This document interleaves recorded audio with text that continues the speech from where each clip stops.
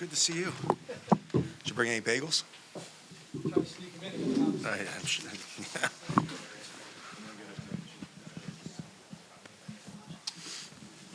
Kevin, just what can you say about Derek? What he gave you? Like he scored 16 of, or assisted on 16 of 18 points late in that second half when Rutgers had kind of gotten close. Yeah, I would say this. He finally played against someone his own age. You know, he's been going against the last 4 or 5 games, fifth-year senior, fifth-year senior, fifth-year senior, senior. And he's played well, but, you know, that's a grind. Especially the defenses that Nebraska will throw at you, Northwestern throws at you, Indiana's size.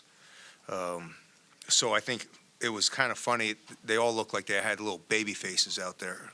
And it's the first time I've seen that in a long time because it's been probably before COVID and the extra senior year that you see a bunch of freshmen on the court.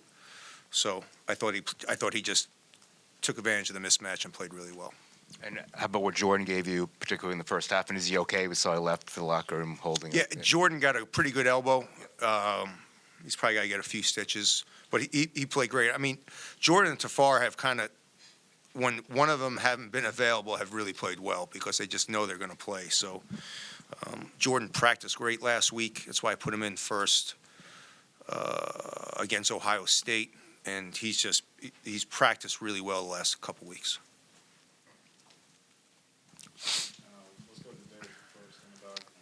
Kevin, Rodney had those back-to-back threes in the second half to kind of give you guys a cushion again. How important was that in the grand scheme of things? Yeah, I think Rod and Selt have kind of figured out if one of them have it going, then they're going to look for each other. I thought Selt in the first half was phenomenal. Just made some shots that he's been doing, and then I think, you know, everyone knew that Rod kind of had it going, so everyone started looking for Rod. But I think they've worked really well, knowing which guys kind of got it going a little bit. Coach, just wanted to touch on Derek for a second again. Career high in front of all these scouts, sharing the floor with Ace and Dylan. What does it just say about his maturity to piece together a performance like that with so many eyes watching? I've seen that all year. So, I mean, I don't think that's the first time. His first game he played in college, I think he had 22 and 20. So I don't think it matters who's playing or who's watching. He's just that good of a player. So, I mean, he went to Purdue and had 26. So this is nothing surprising.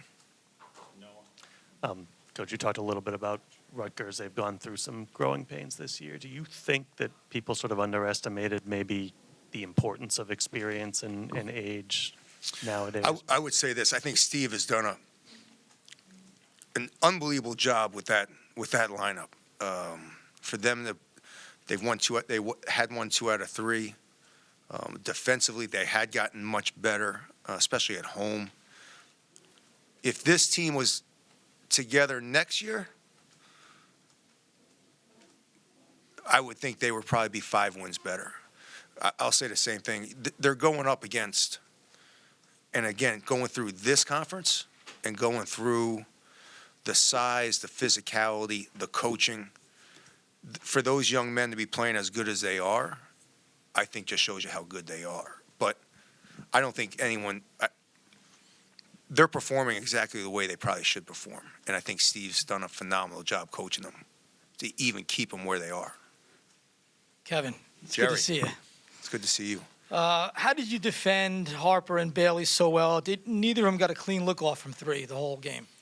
I think the biggest thing was for us, knowing they were young, knowing they've never seen pressure in this building, was to just keep pressure. And really, it was all our whole focus was the first half, making sure that they really were not comfortable in the first half. And they're too talented. They're gonna eventually find a way to get a bucket. But our main goal, it's all we talked about we only had one practice for one day, was just make sure that they're not comfortable at all in the first half. And I thought we did a good job with that. Coach, you talked about Steve Pikiell and the job he's done. He was just in here talking about how complimentary he is of your group and how you've come together.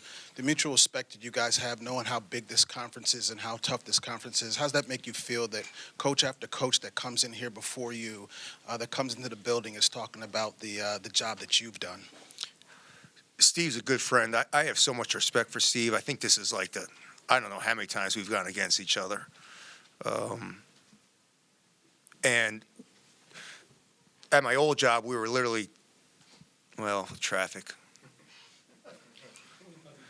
25 minutes where it should be 15, but when you're so close and you recruit the same guys and you see where he picked up the Rutgers program and where it was and what he had to go through and see the kids he's recruited and really see him almost on a daily basis on the recruiting trail. I mean, Jersey is there's a very small pocket of what you recruit. I think you grow to respect to see a man that gives his all to a university, and Steve has given everything to Rutgers. And it's fun to watch him get high level players. It's fun to watch him where he's brought that program. So again, I have so much respect for Steve because I saw what he did from the start and what he took over for it. So he's a good friend of mine, and he's a heck of a coach. Hey, Kevin. You guys started 0-7 from the floor, but Selton caught fire almost immediately after that. And kind of in the absence of Tafara, did you think of him as a spark plug and kind of brought the offense along, especially in that first half when it started slow? No, we got some good looks. I mean, Jew had a couple, I thought he got fouled a couple times, and they got some fast break points, but we were getting everything we were wanted to. So after the under 16, I told everybody just to relax. We're getting good looks. We're getting good shots. It's nice to have a guy that's old as Selton because he doesn't get frazzled and he just keeps playing his game. But we're on these Thursday Sundays. So, and we're on the road on Thursday. So we didn't get home till almost 4 a.m. on Friday. So we didn't practice Friday.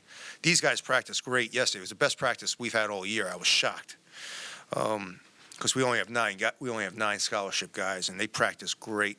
And so I kind of just reminded them like, hey. We practice great. Whenever we practice great, we play great.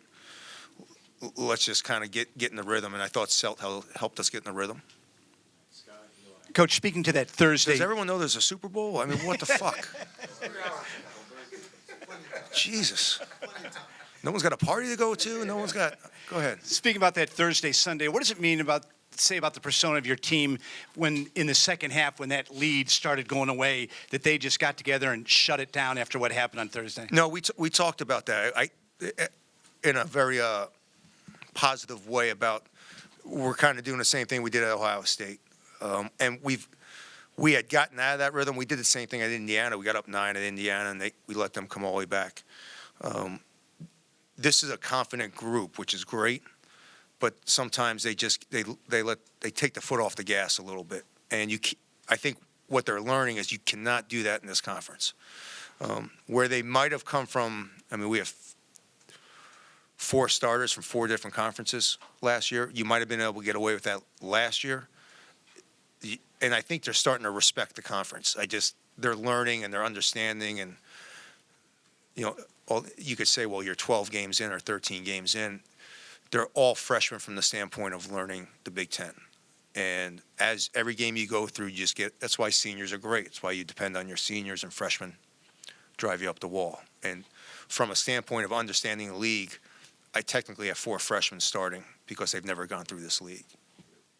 Eli and the Gene will have the last one. Kevin, any info on Tafara's status? But he's sick. We've all had it. Our trainer's gone. Jacoby had it against Ohio State. Tafar's sick. It's kind of gone through the team a little bit, unfortunately. Gotcha. And I know heading into today, Juju had a pretty strong stretch here. To see everyone else sort of step up around him when he has a quiet night, what do you think that says about the versatility and balance of this team? Well, I'll tell you, it shows his leadership because on the bench he knew it was not his night, and his leadership was unbelievable at all times. His voice was loud. He was positive, and he's been the best player in the Big Ten for the last month, hands down. I mean, you look at his numbers and what he's shooting, offense, rebound, his defense. So the big fella had a tough night. It happens. Kevin, obviously didn't really make that much of a difference tonight, but any level of concern about the free throw shooting? You missed 10 in the second half. Another game where it wasn't as good as you wanted it to be. No, yes, it's concerning. It's starting to aggravate me a little bit because we're not only do we work on it, but we're a good free throw shooting team. I mean, we go back to Ohio State. If we just make our free throws, we win the game. So sometimes it gets a little mental, sometimes it's a little thing, but we'll work on it. Thanks, everybody.